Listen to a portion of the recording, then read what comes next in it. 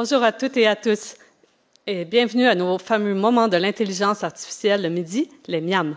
Mon nom est Marianne Tremblay, je suis conseillère en pédagogie à l'École en intelligence artificielle en santé du CHUM et c'est un plaisir de vous accueillir aujourd'hui.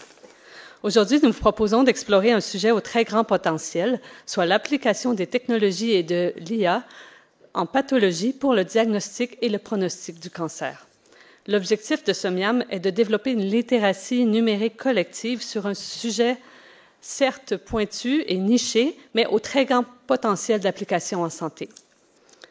Comme à l'habitude, nos conférences se veulent interactives, alors pour ceux qui nous suivent virtuellement, n'hésitez pas à intervenir dans la zone de clavardage pour réagir ou poser vos questions à notre expert.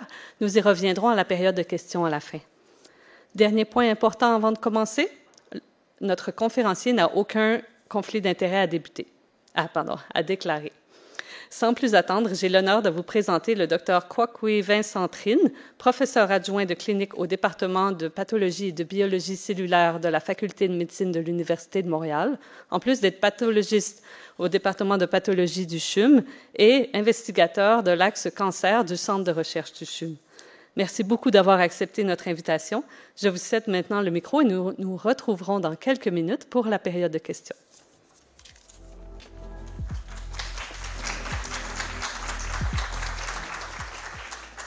Merci beaucoup, Marianne, pour la présentation. Puis je suis très content d'être ici aujourd'hui. Je suis content aussi de voir qu'il y a pas mal de gens. C'est toujours un plaisir pour moi de parler de ma spécialité, la pathologie. J'aime ça, j'aime énormément ça. C'est une spécialité qui change beaucoup. Puis en effet, je suis pratiquant, je suis pathologiste au CHUM, mais je suis aussi chercheur à l'ERIC, chercheur au CHUM. Et oui, j'ai certains projets d'intelligence artificielle, mais j'ai aussi des projets de culture cellulaire, des projets de souris transgéniques. Mais s'il y a une chose, c'est que oui, j'ai ces petits projets, je collabore beaucoup avec des chercheurs, surtout en informatique, en intelligence artificielle. Et je crois que je suis assez bien positionné, pas à cause de mes accomplissements, mais l'accomplissement de mes collègues, notamment Dr Nguyen puis Nathalie Dion, qui ont initié la transformation du département de pathologie en 2013, une transformation vers la pathologie numérique, la pathologie digitale. Ils ont complété cette transition en 2019 et peut-être si vous ne le saviez pas, le CHUM est le premier centre en Amérique du Nord, le premier centre académique à avoir réussi cette transition et même en 2023, la vaste majorité des centres n'ont pas réussi cet exploit encore. Alors, on est très chanceux. Je suis très chanceux de pratiquer au CHUM. Puis c'est ça, j'ai aucun conflit d'intérêt à déclarer. Puis, c'est ça pour l'introduction. Aujourd'hui, je crois que c'est quand même une spécialité niche. Beaucoup de mes collègues ne sont pas trop certains de ce qu'on fait en pathologie. On va passer à travers les différentes étapes. Je vais parler de ce qu'on fait en pathologie. Comment est-ce que la pathologie a déjà s'est transformée avec la pathologie digitale au CHUM et comment est-ce que l'intégration de l'intelligence artificielle puis d'autres outils de processing vont transformer la pathologie digitale vers la pathologie computationnelle. Et comme vous allez voir, je vais donner des exemples. Il y a énormément d'outils qui sont disponibles. Il y a différents types d'outils, différentes utilisations possibles. Et peut-être on pourra prendre l'occasion de discuter de qu'est-ce qui serait plus avantageux pour le patient ou qu'est-ce qui détermine un avantage pour les soins aux patients.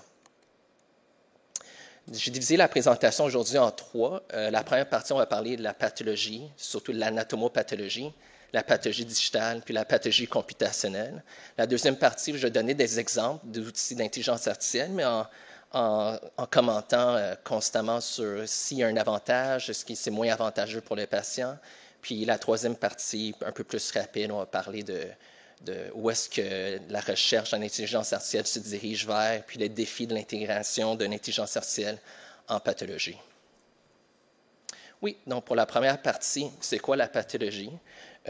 Comme je disais, certains de mes collègues, d'autres médecins, d'autres professionnels de la santé sont un peu confus en psychiatrie à ce qu'on fait. Et je crois que cette confusion en partie pourrait s'expliquer par les deux divisions principales de la pathologie. Il y a une côté qui est plus la pathologie générale, moins présente au Québec parce que c'est des spécialistes, d'autres spécialistes qui s'occupent de ça. Et la pathologie générale, c'est tout ce qui est les prises de sang, les analyses génétiques. On met ça dans les appareils, ça sort des valeurs, puis il faut faire des contrôles de qualité puis s'assurer que ces valeurs sont toujours précises. Puis de l'autre côté, la pathologie, c'est la pathologie anatomique, et c'est ce que nous on fait, ce qu'on réfère le plus lorsqu'on parle de pathologie au Québec et lorsqu'on parle de pathologie digitale. C'est l'utilisation de la morphologie, c'est-à-dire c'est une spécialité visuelle.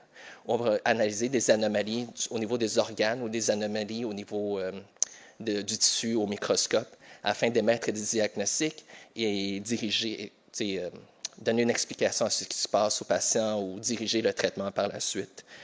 Quand on parle de pathologie, beaucoup de gens pensent aux autopsies. C'est seulement une facette, une sous-spécialité de la pathologie anatomique, mais tout ce qui est cancer, tout ce qui est les maladies auto-immunes, des rejets d'organes, on a des cas qui passent de ça assez régulièrement.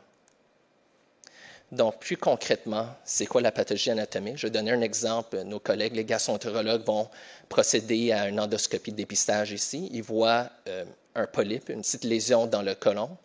Ils vont faire ce prélèvement-là, l'envoyer en pathologie, puis à travers multiples étapes, ce n'est pas juste seulement le pathologiste, il y a toute l'équipe de pathologie, tous les technologistes, les assistants pathologistes, les résidents, derrière tout ça, vont transformer ce prélèvement-là en image. Et vous avez un exemple d'un polype du côlon que vous voyez au milieu. Et comme pathologiste, une bonne partie de notre formation, c'est vraiment, on va aller regarder les petits détails, comme les petites ouvertures à la base. L'ouverture est particulière, un peu élargie. On va regarder les petites cellules à la surface. Puis on va faire une combinaison de toutes ces trouvailles-là. On va prendre toutes ces données-là pour émettre un diagnostic. Et ce n'est pas seulement atteindre le diagnostic, il faut communiquer le diagnostic de façon claire pour que l'équipe traitante puisse offrir aux patients le meilleur suivi ou le meilleur traitement ensuite. Donc, comme je vous disais, il y a plusieurs étapes avant de se rendre à ces images-là. Il y a plusieurs étapes avant de se rendre à un rapport de pathologie qui est transmis à la bonne personne puis enregistré au dossier du patient.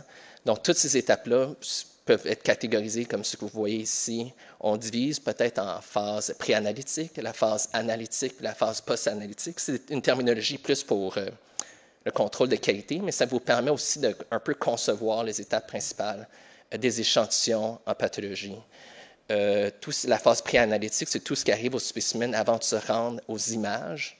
La phase analytique, c'est l'interprétation des images, puis la phase post-analytique, dans cette organisation-là, c'est la rédaction du rapport puis la transmission du rapport. Et je vous montre toutes ces étapes-là, puis on va passer à travers ces étapes-là rapidement ensuite. Je vous mets cette organisation-là pour montrer que la plupart des outils d'intelligence artificielle, ceux que je vais vous montrer aujourd'hui, vont être appliqués à l'étape de l'analyse des images, l'étape de la phase analytique, l'interprétation. Mais seulement 17% des erreurs, en moyenne, se retrouvent durant cette étape. Ça montre à quel point toutes les autres étapes sont critiques à la pathologie et à quel point toutes les autres étapes sont importantes pour le diagnostic des maladies. Donc, la première partie, c'est l'échantillonnage. Ici, c'est une chirurgie, une prostatectomie radicale par robotique. Le chirurgien va enlever l'organe, puis ensuite va l'envoyer en pathologie. C'est ici que le spécimen arrive en pathologie, il va être enregistré. Puis, l'enregistrement va mettre le spécimen dans le système informatique du laboratoire de pathologie. Mais ce système informatique-là est connecté au dossier électronique du patient, est connecté à plusieurs autres systèmes. Et c'est là que le spécimen va vraiment commencer à apparaître dans le dossier pour le patient et pourra être suivi par la suite. Évidemment, ce que je vous montre ici, c'est une simplification. S'il y a des pathologistes dans la salle qui vont réaliser, c'est un peu trop simplifié, mais c'est plus facile pour comprendre. Une autre des étapes que vous allez voir en pathologie, ce n'est pas justement le pathologiste, mais nos assistants pathologistes, nos technologistes puis nos résidents vont utiliser leurs connaissances puis leur formation pour comprendre le spécimen, orienter le spécimen, et ce n'est pas des prélèvements aléatoires qu'ils vont faire. Ils vont cibler les prélèvements dans des sites spécifiques qui vont guider le traitement par la suite. Par exemple, dans ce spécimen de prostatectomie radicale, il faut faire un échantillonnage systématique, il faut prendre les marges, il faut prendre les vésicules séminales, il faut ancrer le spécimen pour voir l'extension de la maladie. Puis comme ça, chacune de ces trouvailles-là, chacun de ces prélèvements a une valeur spécifique pour l'équipe traitante et pour offrir aux patients le meilleur traitement.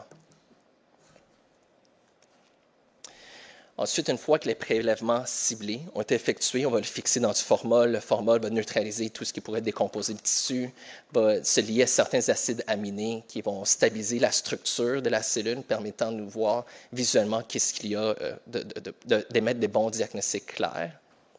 Puis, une fois que la fixation est faite, on va transformer ces prélèvements-là en blocs de paraffine. C'est essentiellement la cire. Puis nos technologistes vont couper ces spécimens-là, les mettre sur des lames. Et à partir de ces lames-là, on pourra faire plusieurs choses, mais entre autres, on pourrait les colorer.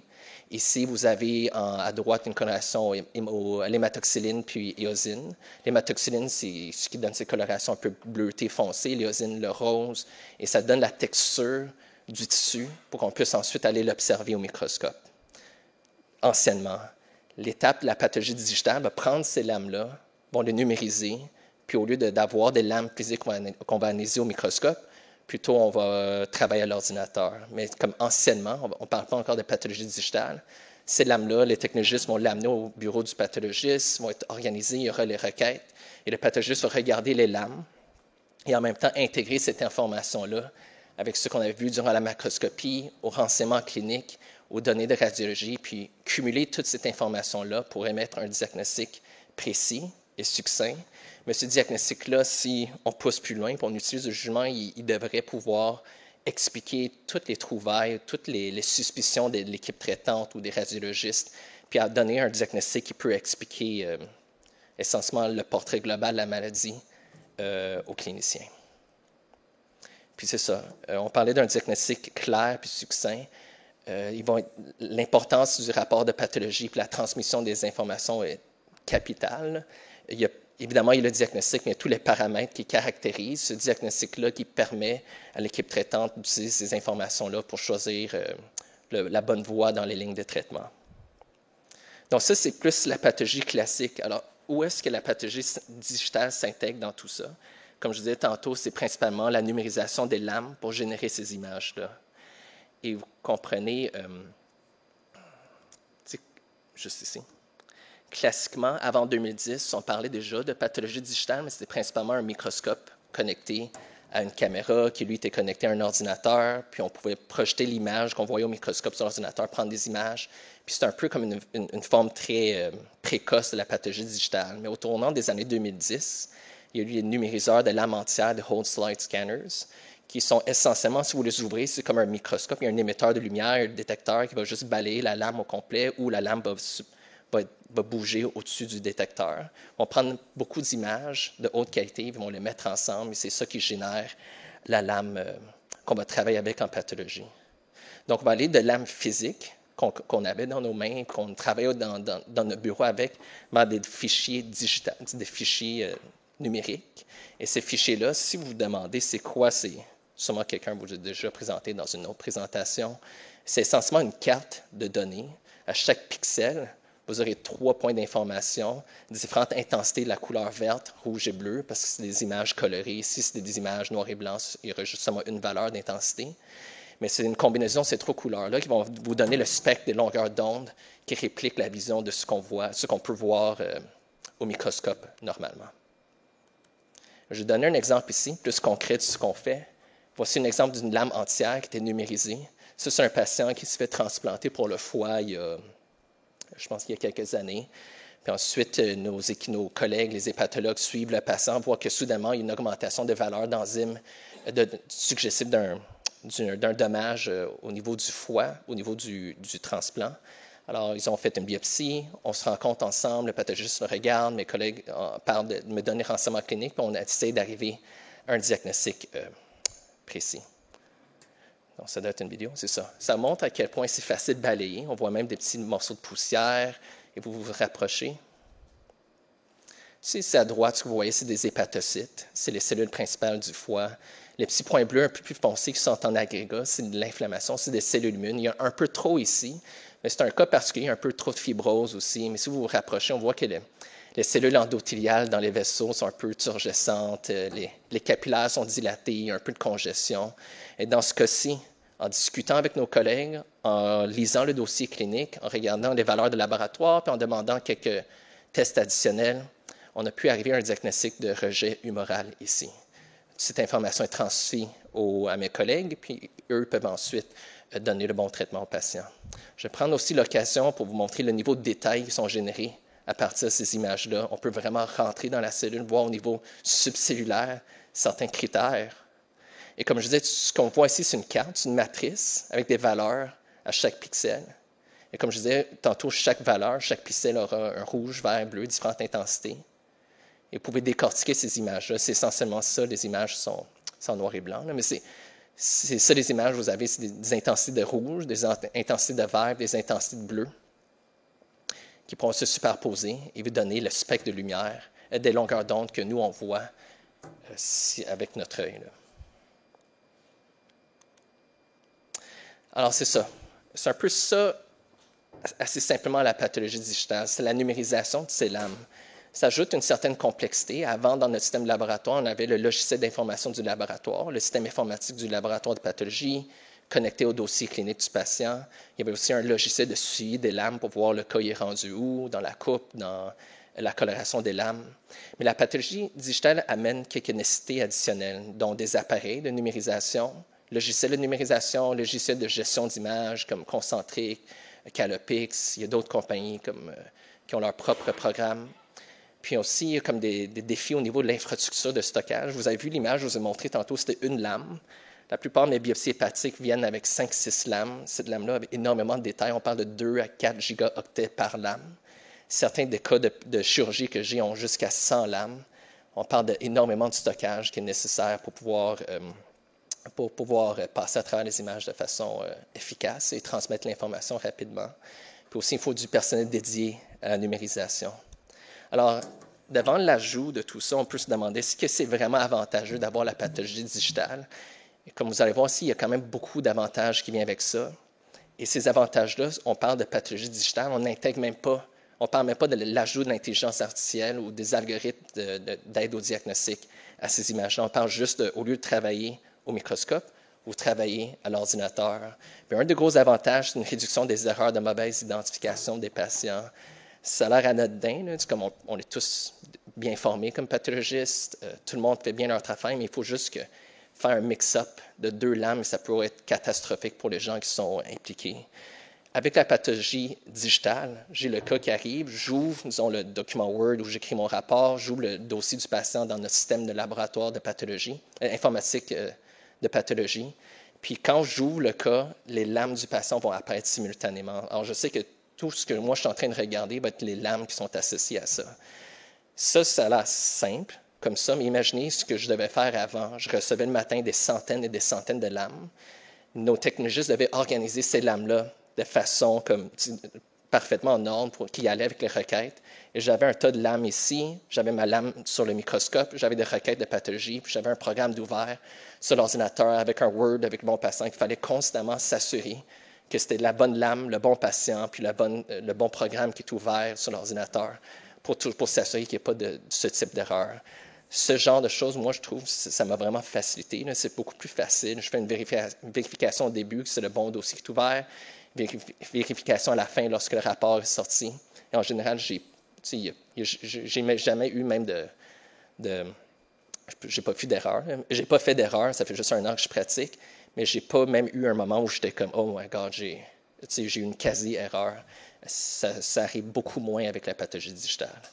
Aussi, avant, si on voulait partager des images, discuter avec nos collègues, c'était plus dur. Il fallait que quelqu'un vienne ou qu'on prenne des photos à la caméra, fasse des PowerPoint. Maintenant, c'est beaucoup plus simple. On peut ouvrir une version cloud, une version dans le nuage des programmes, puis ensuite projeter les images par ordinateur, par Zoom, pour des réunions multidisciplinaires, pour l'enseignement avec les résidents. Il y a un gros avantage là. Un retour au cas antérieur. Par exemple, où je reçois un spécimen de chirurgie, puis je vois un cancer, mais c'est pas un cancer un peu atypique, je voudrais retourner la biopsie qui a mené à cette chirurgie-là. Avant, dans le passé, il fallait aller envoyer quelqu'un, ou moi-même, il fallait que j'aille dans la salle de stockage, aller chercher à travers des millions de lames pour essayer de trouver où est la bonne lame du patient de ce cas-là. Maintenant, c'est très simple, on cherche la biopsie antérieure, l'image apparaît, puis on peut faire la comparaison. Puis aussi, on parlait de l'ajout. Dans les désavantages, il faut du personnel dédié à la numérisation, mais en même temps, on sauve au niveau du travail, des ressources des personnels, par exemple, dans le passé, comme je vous disais, il fallait organiser les lames, les mettre dans des cahiers, l'amener au pathologiste, ensuite aller ramasser les lames, les stocker en ordre, puis tout ça. Maintenant, c'est beaucoup plus simple. Les lames sont générées en pathologie. Les lames sont colorées, sont mises en ordre, sont numérisées, puis on peut toutes les mettre ensemble et quasiment les stocker immédiatement une fois que le cas est fini. Puis il y a des avantages en ergonomie et tout ça. Et ça, comme je vous dis, c'est purement c'est une question de travailler à l'ordinateur au lieu de travailler avec un microscope physique. Et on ne parle même pas de l'intégration de l'intelligence artificielle. Donc, c'est là qu'on va utiliser le terme de la pathologie computationnelle, c'est la pathologie digitale augmentée par l'optimisation du processus de numérisation.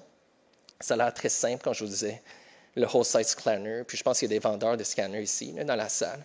C'est extrêmement complexe dans le sens où, oui, on a beau balayer puis prendre plein de photos, mais intégrer ces informations-là, prendre les photos de façon efficace, rapidement et de haute qualité, sans faire d'erreur, et avoir une image normalisée en toutes ces images-là, ça nécessite énormément de codage puis d'optimisation. Ça fait partie de la pathologie computationnelle, des notions de stockage. Comme vous allez voir, la plupart des études vont parler de l'intégration de l'intelligence artificielle dans l'analyse. C'est très biaisé vers ça en ce moment, mais évidemment, ça fait partie de la pathologie computationnelle. On peut penser dans le futur, avec toutes ces données qu'on génère, puis tous les rapports de pathologie, toutes les images qu'on génère, un accès perpétuel aux données, évidemment balisé par des règles éthiques, mais aussi pour la recherche, une innovation continue. Donc, dans la terminologie, pour nous aider à comprendre un peu ce que je vais présenter aujourd'hui, l'intelligence artificielle s'intègre dans la pathologie computationnelle. On m'a dit de ne pas trop rentrer en détail avec ça, mais avant, il y avait l'apprentissage automatisé, le machine learning, puis maintenant, c'est devenu on utilise beaucoup plus l'apprentissage profond en pathologie, surtout avec les images. C'est les réseaux de neurones convolutifs qu'on utilise le plus. Évidemment, il y a des variantes de ça. Ici, il y a une chose que je voudrais juste faire sortir ici. C'est que classiquement, il fallait que le pathologiste annote les images ou donne une certaine forme de vérité aux images. Et cette vérité ou ces annotations-là allaient ensuite être utilisées par les algorithmes pour s'optimiser eux-mêmes dans le but de soit prédire comme ce qu'on avait annoté ou prédire la vérité qui a été attitrée à ces images-là. Tranquillement, on se transforme, on s'en va vers des approches qui nécessitent beaucoup moins de temps de pathologiste, qui nécessitent beaucoup moins de supervision ou une supervision minimale. Et c'est un peu ça la tendance générale que moi je vois dans les études les plus récentes d'intelligence artificielle. Un exemple de réseau de neurones convolutifs, mais essentiellement, on va donner comme des différentes couches d'informations. Ici, la couche de base serait l'image rouge, verte et bleue que je vous ai montré tantôt. Ces informations-là, c'est essentiellement des matrices. Puis on va extraire des points d'information de ces images-là. Ceux qui sont le plus utilisés en pathologie, c'est essentiellement lorsque vous avez une intensité très forte, puis de façon linéaire, il y a comme une réduction de ces intensités-là, un changement de couleur, des objets, des structures qui vont être extraits de ces images-là, ils vont être poolés ensemble. Puis ensuite, on peut répéter le processus dans le but de modifier, disons, l'algorithme ou le code, dans le but d'avoir une classification, atteindre une classification qu'on recherche, c'est-à-dire est-ce qu'il y a du cancer, est-ce qu'il n'y a pas du cancer, est-ce que c'est un ballon bleu, c'est pas un ballon bleu, dans nos images. Dans cet article que mon collègue Madi Rossini et moi, on tente de sortir, c'est un article de révision. On a sorti les 690 algorithmes indépendants de haute qualité publiés dans la littérature jusqu'en 2021 en pathologie computationnelle. Puis ces 690 algorithmes-là pouvaient être classés dans 5 utilisations c'est intégration d'intelligence artificielle en pathologie. Il y a des utilisations de détection, classification des tissus, diagnostic, segmentation, pronostic. Puis je vais donner un exemple de ça plus tard. Mais vous allez voir, ces 5 utilisations-là sont principalement axées sur l'analyse des images, puis on n'est pas encore dans tout ce qui est l'utilisation, l'application de l'intelligence artificielle dans toutes les autres étapes en pathologie, que ce soit au niveau des technologistes, des secrétaires, de tout ça, où je crois que ça pourrait vraiment aider et améliorer le diagnostic final. Et je crois que maintenant, on se concentre énormément sur ces images-là, mais je crois que c'est juste une question de temps qu'on commence à appliquer ces approches-là pour toutes les facettes de la pathologie. Et c'est très concevable. On parlait de ces étapes tantôt, pré-analytique, analytique, post-analytique. Mais je peux vous donner un exemple clair de comment est-ce que l'intelligence artificielle pourra augmenter, faciliter le travail de nos technologistes, faciliter le travail des secrétaires et, évidemment, faciliter le travail des pathologistes. Mais pour les prochaines sections, je vais me concentrer sur les applications qui ont été publiées jusqu'à présent, que moi, je travaille dessus, mes collègues travaillent dessus, puis beaucoup de gens au CRCHUM travaillent dessus. C'est principalement dans l'étape de l'interprétation. Mais dans le futur, je crois qu'on va transitionner vers tout ce qui est la rédaction des rapports, prendre des images et transformer en texte, prendre des textes et transformer en images pour l'enseignement, par exemple. On parle de l'intelligence artificielle générative et la transmission du rapport. C'est des rapports de pathologie qui contiennent énormément d'informations. Je pense que c'est juste une question de temps avant que quelqu'un commence à utiliser ces rapports-là, les décortiquer automatiquement, puis générer des bases de données juste de nos rapports de pathologie. Donc, pour cette première partie, mini-conclusion, je vais vous présenter un peu les étapes à pathologie, c'est quoi la pathologie digitale, et j'espère que vous avez une bonne idée de c'est quoi la pathologie computationnelle globalement. Pour la prochaine section, on va parler je vais donner des exemples d'applications, je crois, avantageuses de l'intelligence artificielle en pathologie. Puis avant qu'on rentre dans ces exemples-là, peut-être juste prendre un petit moment pour discuter de ce qui est vraiment avantageux pour les patients. Comme je disais, jusqu'en 2021, 690 algorithmes, énormément de choix d'algorithmes utiles. Ils sont tous très performants, sont impressionnants si vous les sortez un à la fois pour les liser. Mais comment est-ce qu'on peut vraiment déployer tous ces algorithmes-là? Je ne pense pas que c'est possible. Par exemple, il faut valider ces algorithmes-là, s'assurer qu'il y a un avantage, il faut s'assurer que l'équipe traitante va utiliser ces informations-là.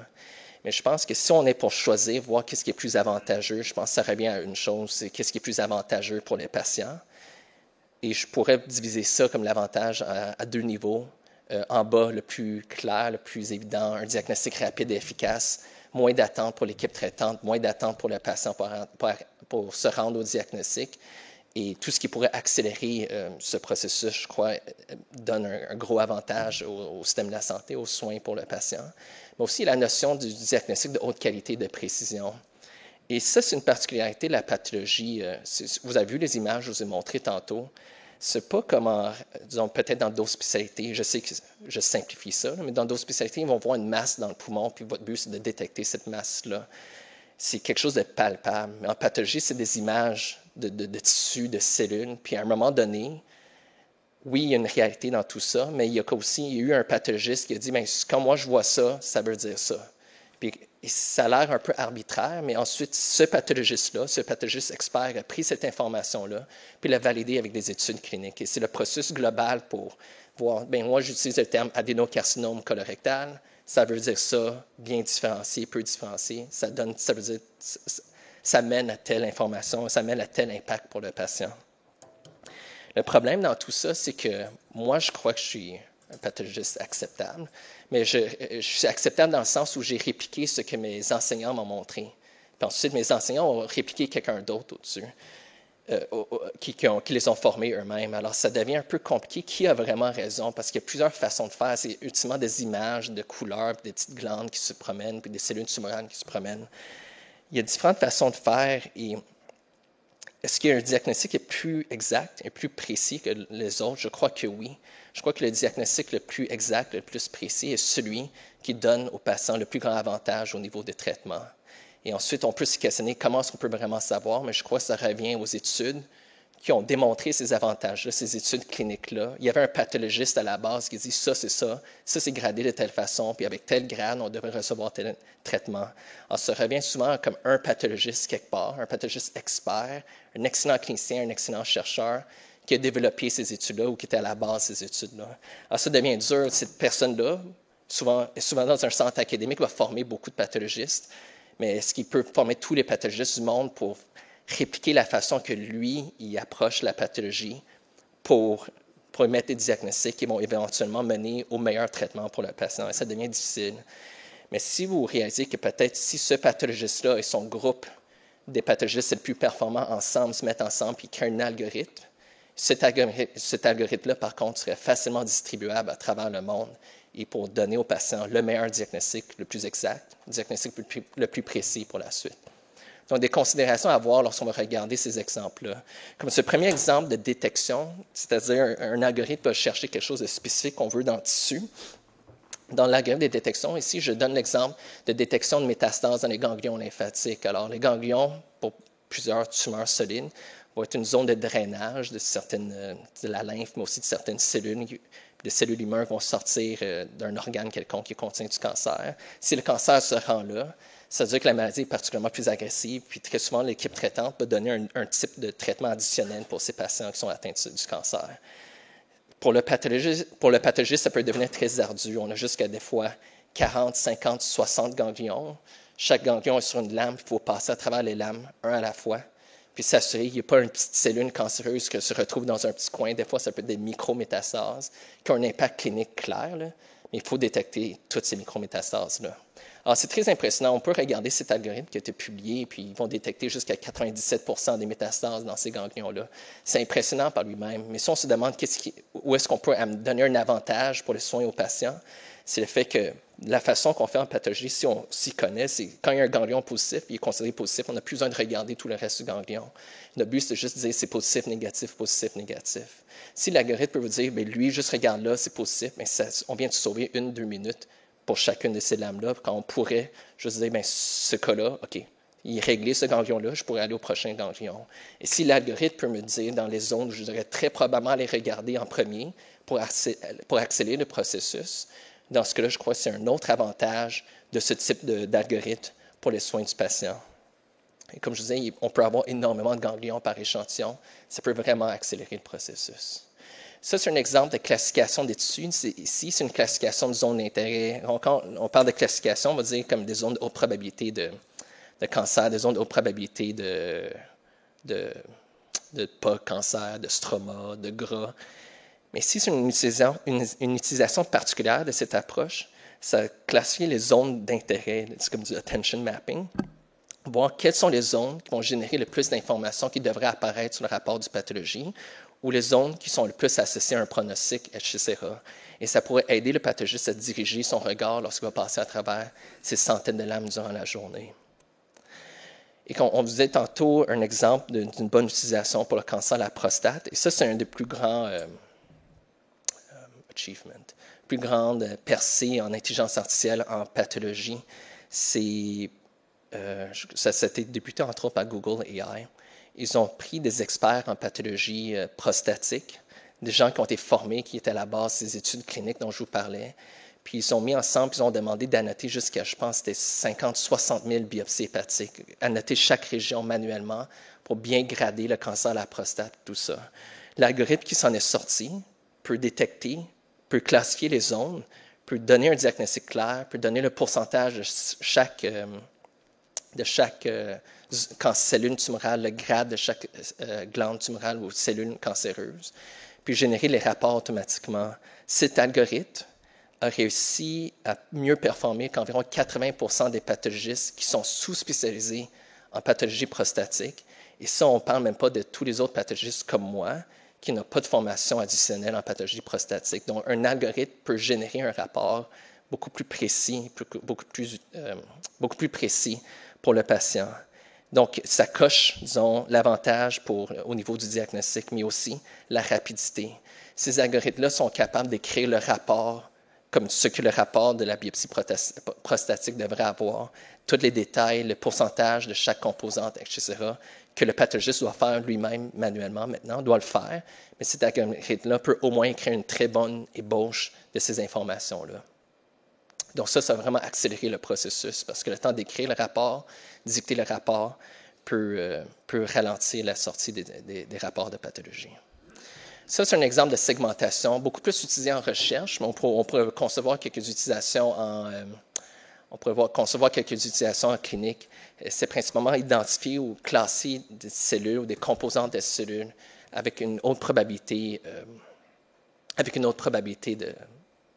de bien identifier la cellule. Ici, ils ont identifié les noyaux, mais pas seulement identifié les noyaux, ils ont identifié les noyaux qui appartiennent à différentes composantes du tissu, par exemple en haut à droite du cancer, à gauche le stroma sous-jacent. Très utilisé en recherche, j'utilise beaucoup ça moi-même pour mes propres projets, mais vous pourrez voir une utilisation quand, des fois on fait un décompte de mitose, on fait un décompte d'un marqueur spécifique. on devrait toujours le calculer sur les cellules tumorales si on pourrait segmenter les tissus en premier, puis ensuite faire un décompte. C'est d'autres exemples de l'utilisation de la segmentation. Puis en dernier, la dernière utilisation, tout le monde, beaucoup d'études s'alignent vers ça. En 2021, c'était moins présent, seulement 5% des études. C'est pour le pronostic. Oui, comme pathologiste, on peut sortir des points d'information, puis on était entraîné pour sortir certains points d'information qui pourraient estimer l'agressivité de la maladie. Mais ces algorithmes-là peuvent sortir encore plus d'informations, souvent qui est non expliquée, mais des fois on pourrait l'expliquer aussi. Ils vont sortir encore plus d'informations qui donnent un avantage de prédiction encore surajouté à ce que le maximum de ce que le pathologiste peut faire avec ce qui lui a été enseigné ou ce qui a été montré dans les livres. C'est intéressant, ça donne peut-être une idée globale ou une information additionnelle pour le clinicien, mais si on se demande est-ce qu'il y a un vrai avantage, c'est là que ça devient un peu particulier. Je crois que ces algorithmes-là ont été validés, fonctionnent très bien. La question, c'est qu'est-ce que ça fait, qu'est-ce que ça change pour le patient? Est-ce que l'équipe traitante va vraiment utiliser ça? Et la question, s'ils vont l'utiliser, évidemment, va nécessiter des études additionnelles, des études cliniques pour montrer l'impact de l'utilisation de ces algorithmes-là.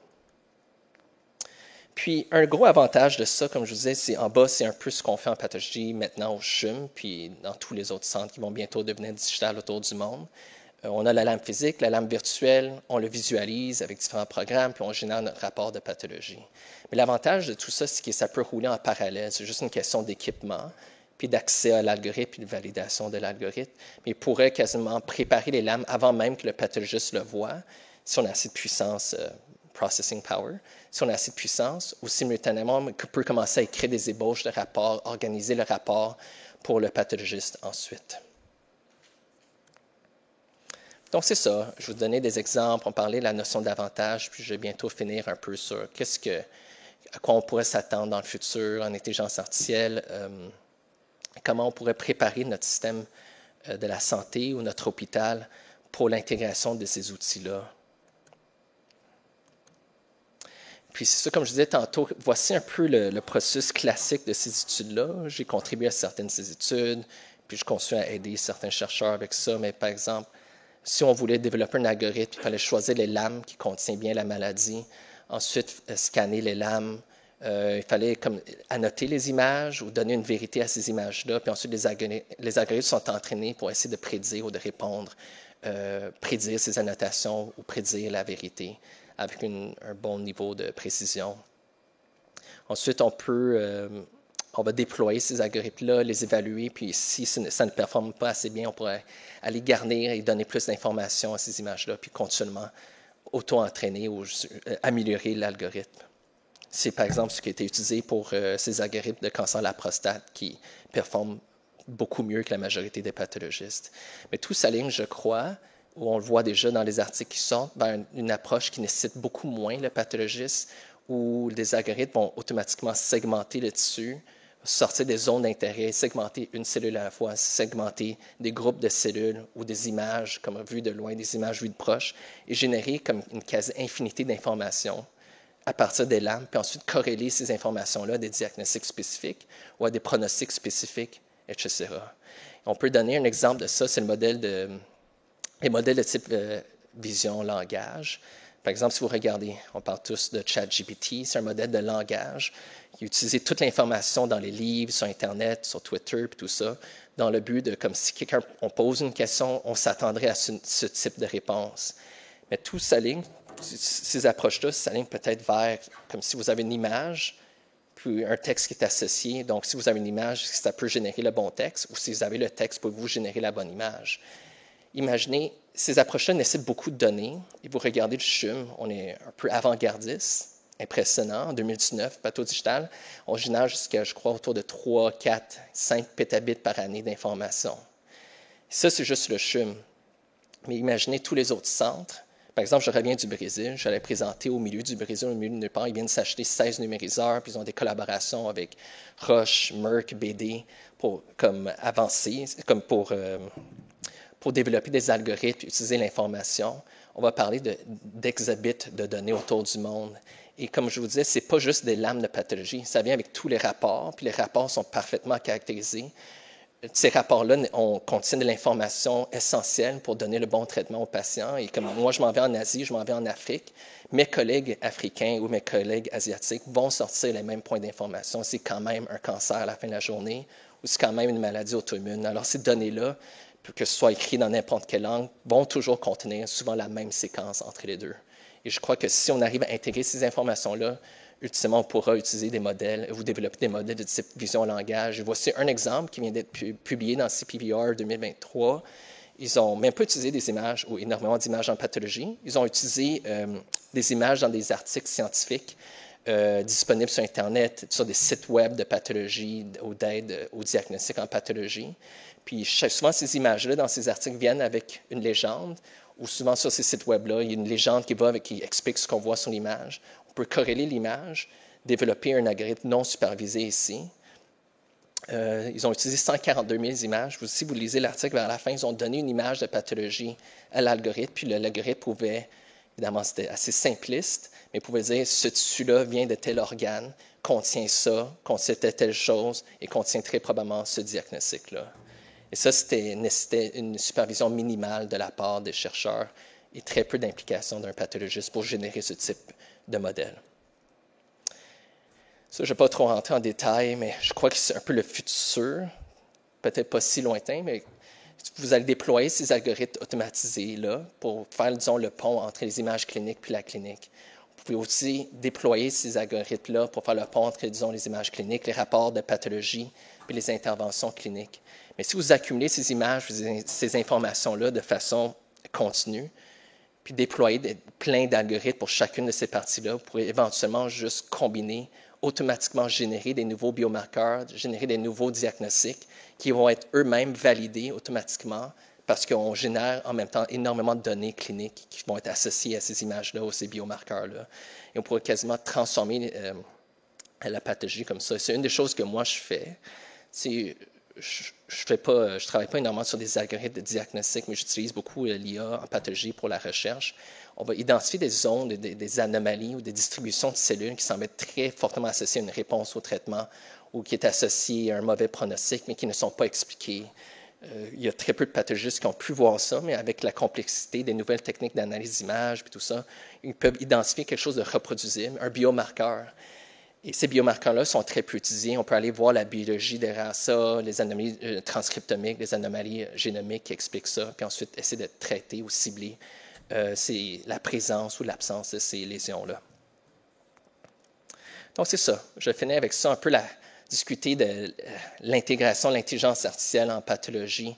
Ça, je me suis inspiré un peu du travail de Dr. Nguyen puis de Nathalie Dion en pathologie. Ça, c'est un peu le regroupement des défis qu'eux ont dû surmonter entre 2013 et 2019 pour implémenter la pathologie digitale au CHUM. Évidemment, il y avait la création de ces images, les numériseurs, les logiciels de numérisation, les logiciels de gestion d'images, mais il fallait aussi former toute l'équipe de pathologie, tous les technologistes à ces nouvelles technologies-là, les secrétaires, pour s'adapter aux nouvelles approches. Il y avait aussi des enjeux au niveau de l'infrastructure informatique, génobiomédicale, côté des lois politiques, tout ce qui est balises éthiques dans l'utilisation de ces approches-là. Je pense que c'est tous les défis qu'ils ont dû surmonter et on peut concevoir les défis dans l'intégration de l'intelligence artificielle dans la même structure globale. Pour les images de pathologie, ça va, comme je vous montrais, il y a énormément d'algorithmes. Ils sont très performants. On a quasiment l'embarras du choix sur quoi faire dans le futur, lequel utiliser, lequel pas utiliser. Mais il faut, je crois fortement, préparer les équipes de pathologie à intégrer ces informations-là. Je pense on pourra augmenter la productivité. Oui, ça c'est une chose, mais imaginez au CHUM, on a Nathalie Dion qui est avec nous, elle a une PhD, puis tout ça, puis elle gère ça pour nous. Mais si on commence à déployer ça dans tous les laboratoires à travers le Québec, je crois qu'il faudra comme de plus en plus de spécialistes en informatique dans les départements de pathologie. Simultanément, il y a l'infrastructure. Oui, il y a l'infrastructure pour l'intégration de la pathologie digitale, mais disons, maintenant avec la pathologie computationnelle, tout ce qui est processing power, tout ce qui est stockage, et aussi une infrastructure au niveau de l'éthique pour bien, je crois, promouvoir ce type de projet, ce type de collaboration, mais simultanément baliser, contrôler pour protéger les données des patients. Je crois que Citadel est particulièrement bon à ça. Puis aussi, au niveau de la politique, tout ce qui est financement, économie, priorisation, je crois que il manque d'argent un peu partout, là. Je crois que c'est quand même une priorité pour continuer à garder le Québec puis Montréal dans une aussi bonne position en ce qui concerne l'intelligence artificielle. Je pense que c'est un bon investissement. Et comme je vous dis, je reviens du Brésil. Ils ont commencé à déployer ça. Mes collègues aux États-Unis, à Augusta, à Vanderbilt, à Harvard, eux sont tous en train de se transformer. Tout le monde se dirige vers ça. C'est juste une question de temps. Alors, si on veut garder un avantage peut-être au niveau compétitif, je pense que ça vaut la peine d'investir là-dedans. Puis juste l'éducation, pas seulement les étudiants de médecine, pas seulement les professionnels de la santé, mais je pense même nos enfants, les adolescents, vraiment leur montrer qu'est-ce qu'il y a derrière un ordinateur, c'est quoi l'intelligence artificielle et à quoi s'attendre dans le futur. Donc, c'est ça. Je finis ici. On a parlé aujourd'hui de la pathologie computationnelle, la notion d'avantage et j'espère que je vous ai montré à quel point c'est avantageux la pathologie digitale, l'intelligence artificielle, mais aussi, c'est juste une question, ça avance partout dans le monde, on sait que ça s'en vient, et je pense que ça vaut la peine de juste préparer notre système, notre personnel et nos environnements pour l'intégration fluide de ces technologies-là.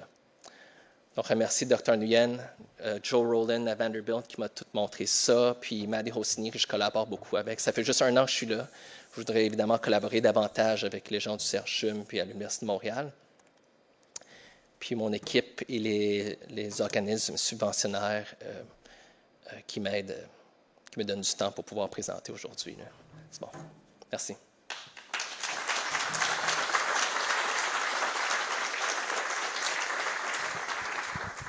Merci, Dr. Trine. Ça fut très intéressant d'aborder avec vous. Oh, excusez-moi.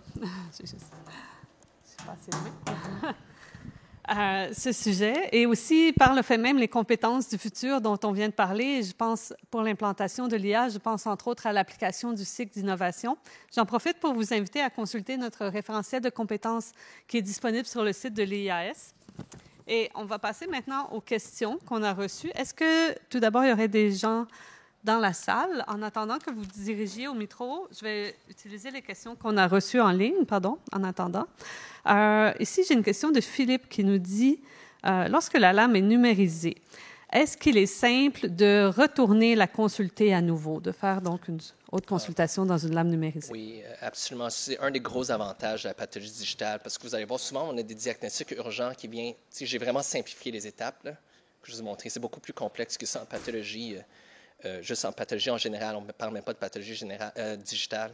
Des fois, ils ont besoin de diagnostics urgents et souvent, pour pouvoir corréler ce que j'ai vu et m'assurer de mon diagnostic, j'ai besoin de sortir les lames antérieures.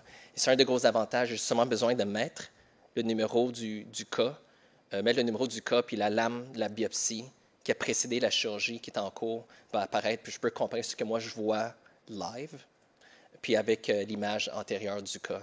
Alors, c'est pour moi un des gros avantages. Un défi, par contre, c'est qu'on n'a pas énormément de stockage. Le stockage coûte très cher, puis on doit souvent un peu éliminer des lames qui sont un peu plus anciennes. Alors, c'est ça. C'est un des enjeux à considérer. Mm-hmm. Je prendrais une question de monsieur ici. Oui, Thomas Gervais. Salut Vincent, enchanté, on s'est déjà vu par Zoom. Excellente présentation, merci. Je me demande, j'ai une question très, très large, en fait, dans le contexte. Comment est-ce que ces technologies-là vont transformer le métier de pathologiste? Parce que j'ai l'impression qu'une fois qu'on a ces images-là, qu'un algorithme est meilleur que 80% des spécialistes, qu'on pourrait outsourcer tout ce travail au Bangalore ou à quelque part d'autre, puis ça a toutes sortes d'implications éthiques. Comment vous voyez le futur de la pathologie? Je pense qu'on peut quasiment le voir par les 3 classes d'informations que je vous ai montrées tantôt. Tu sais, il y a la phase pré-analytique. Excusez. La phase pré-analytique. Oui, il y a ces images, puis on porte beaucoup d'attention sur ces images-là, mais choisir le bon spécimen, savoir où couper à la bonne place, travailler de façon proche avec les assistants pathologistes, c'est quelque chose il faudra toujours un pathologiste qui ait toutes ces formations-là il faudrait quelqu'un qui gère ça minimalement. Évidemment, pour la rédaction du rapport, tu sais, comme je disais, c'est un peu arbitraire le choix de mots qu'on va utiliser lorsqu'on écrit nos rapports de pathologie. Et souvent, on va s'adapter à la façon de faire de la part de nos cliniciens de notre hôpital. C'est un peu ça, comme je le fais, on va souvent ajuster. C'est très important. C'est la partie la plus critique. L'équipe traitant, tout ce qu'ils voit, c'est le rapport de pathologie. Il faut vraiment l'ajuster pour que ça réponde aux besoins de nos cliniciens.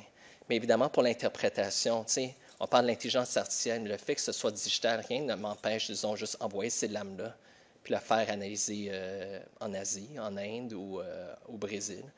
C'est une bonne question, mais ce que je vous dirais, c'est ça s'applique pour beaucoup de cas. Par exemple, il y a certains diagnostics, OK, c'est un polype, il n'y a pas de polype. Ça, en général, ça va, mais vous allez voir, beaucoup de diagnostics nécessitent une combinaison de plusieurs autres renseignements. Et j'ai du mal à voir quelqu'un en Inde lire nos rapports d'OASIS pour voir est-ce que c'est un rejet humoral, est-ce que c'est un rejet cellulaire, et ce genre de choses. Mais oui, une partie pourrait être clairement déléguée, une partie pourrait être clairement automatisée, mais je pense qu'il y aura toujours du travail pour les pathologistes. Et finalement, je dirais, pour la partie qui est automatisée, possiblement délégable, je crois qu'ultimement, il faut toujours quelqu'un qui repasse à travers ça pour voir si c'est cliniquement logique, le diagnostic qui est émis. C'est ça. Parce qu'il y a beaucoup de zones grises aussi. Là. Ça va très bien, merci. Je prendrai la question ici, monsieur. Bonjour, merci beaucoup pour la présentation. Super intéressant de voir l'application de l'intelligence artificielle dans toutes les différentes spécialités. Moi, je m'appelle Chafik Dissou, je suis pharmacien en médecine interne et en informatique clinique ici. Donc, la pathologie, c'est pas un milieu que je connais, mais ma question irait un peu plus en deux temps, à savoir plus au niveau technique. La première, c'est dans le contexte où là, on passe dans une ère où les images vont être différentes avec la pathologie computationnelle. Est-ce que toutes les différentes données qu'on avait par le passé avec des slides qui vont être beaucoup moins que 2 gigs, peuvent être transitionnés et utilisés dans les nouveaux algorithmes? Et la deuxième, c'est considérant que maintenant, tout ce qui est, comme vous dites, les images font 2 gigs, on va avoir besoin de processeurs qui vont être extrêmement puissants, puis beaucoup de stockage pour pouvoir les utiliser. Est-ce que réalistiquement, c'est quelque chose qui peut être réalisé dans l'infrastructure technologique qu'on a au Québec en ce moment? Oui. Je vais répondre à votre deuxième question en premier. Si je génère des algorithmes très de base, ce n'est pas au niveau que certains de mes collègues qui sont plus des experts en IA. Leurs algorithmes sont extrêmement compliqués, mais même mes algorithmes de base prennent énormément de temps à générer. Par contre, une fois que l'algorithme est généré, l'appliquer à des images est assez rapide. Une fois que, disons, l'algorithme a été déterminé, puis on veut juste le déployer sur une image à la fois, c'est assez vite. Et je crois qu'on a pu voir la performance. On a eu certaines compagnies qui sont passées pour déployer certaines techniques d'intelligence artificielle. C'est quasiment pas instantané, mais on parle de, je pense, quelques minutes par lame. Alors, c'est très rapide. Et ça, c'est peut-être avec un processeur limité. Si vous poolez les processeurs, ça peut aller, selon moi, ça peut quasiment être instantané dans le futur. On a tout ce processing power en ce moment parce que je pense, oui, c'est ça. Ça fait partie des défis dans l'intégration de l'intelligence artificielle, mais c'est clairement capable. C'est pas aussi intense que ça. Je pense que si on regarde le prix des appareils en pathologie, je ne pense pas que ça va être aussi haut que ça, le processing power. Je crois que le vrai défi, côté argent, tout ça, c'est plus le stockage. Puis ça revient, je pense, à votre première question, comme les types de données et tout ça. C'est un peu philosophique ce que je veux dire, mais tout ce qu'on fait en pathologie est encore très axé sur ce que mes prédécesseurs qui ont commencé il y a des siècles, là, ils ont vu ça, ils ont dit, quand je vois ça, ça veut dire ça. Puis il y a des milliers d'articles pour souvent juste une seule trouvaille.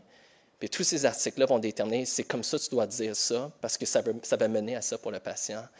Vous pouvez tenter de déployer ces algorithmes-là pour, comme superposer, de créer des nouvelles images peut-être plus simples de ces images-là. Mais je crois qu'ultimement, tant qu'on est un peu toute la médecine s'axe, toute la médecine qui nécessite la pathologie s'axe sur la pathologie et sur ces images-là, je ne pense pas qu'on peut s'affranchir des images de base, même si on ajoute toutes ces choses-là. Mais ces choses-là peuvent clairement faciliter l'analyse des images en dessous, selon moi, pour le moment. C'est comme je disais, si dans le futur, les algorithmes vont juste apprendre par eux-mêmes, basés sur, ils prennent les lames, décortiquent les images, les associent à un pronostic. Puis ce pronostic, c'est mieux qu'au lieu de dire adénocarcinome colorectal, on devrait dire cancer classe 43B, disons. Au lieu que ce soit comme ça, peut-être à un moment donné, on va aller vers ça, lorsque les algorithmes vont s'auto-générer. Et peut-être à ce moment-là, on pourrait simplifier les images. Je pense pour le moment, étant donné que la médecine s'axe tellement sur ces images-là, on ne peut pas s'en affranchir. Merci beaucoup. Je prendrais peut-être une dernière question, monsieur ici, et puis après. OK. Monsieur au micro. Oui, bonjour. Merci pour la présentation. Je vais vous demander, comment ça se passe le processus d'évaluation pour deux algorithmes qui ont à peu près la même fonction? Vous mettez ça directement dans un contexte clinique ou il y a d'autres étapes? C'est ça, c'est une très bonne question. Et la réalité, c'est, je suis même pas sûr, il y a très peu d'algorithmes qui sont... la pathologie digitale s'installe, elle est déjà au CHUM, commence à s'installer partout, mais maintenant, on est vraiment à l'étape critique où les gens vont commencer à discuter comment on choisit ces algorithmes-là. C'est à cause de ça. Par exemple, au CHUM, il y a très peu d'algorithmes. Il y a comme des algorithmes de décompte de COI67 qui ont été développés, entre autres, par Nathalie Dion, tout ça, qu'on utilise. Ça marche bien. On a validé ça pour montrer qu'on compte à la main ou qu'on compte à l'ordinateur, c'est similaire, puis ça performe bien. Si vous avez deux algorithmes, je pense que c'est encore un peu en suspens la façon qu'on va choisir ça. Je pense que c'est pas juste la performance qui va rentrer, mais je pense qu'il y a la facilité d'utilisation, le prix. Parce que ces algorithmes-là, souvent, il faut payer l'utilisation à chaque année. C'est toutes des considérations à avoir. Puis, est-ce qu'il y a vraiment un avantage pour cost effectiveness, monétairement efficace? C'est des considérations à avoir. Donc, la plupart des algorithmes qui sont utilisés, en fait, sont la propriété intellectuelle des gens qui ont développé. Souvent, oui. Ah, OK, les logiciels d'image coûtent de l'argent, mais ces logiciels vont faciliter l'intégration de ces algorithmes-là. Mais ensuite, il faut payer souvent ces packages-là ou souvent, certains logiciels de gestion d'image vont venir avec ses propres algorithmes.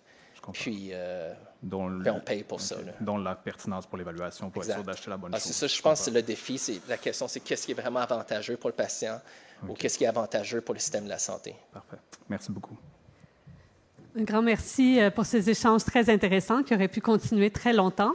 J'en profite pour vous annoncer en primeur un symposium entre Citadel, dont on a parlé plus tôt dans la présentation, et l'IAS qui aura lieu en novembre prochain. Alors, restez à l'affût sur nos médias sociaux pour savoir comment vous inscrire parce que les places seront limitées. Alors, un grand merci encore une fois et à très bientôt.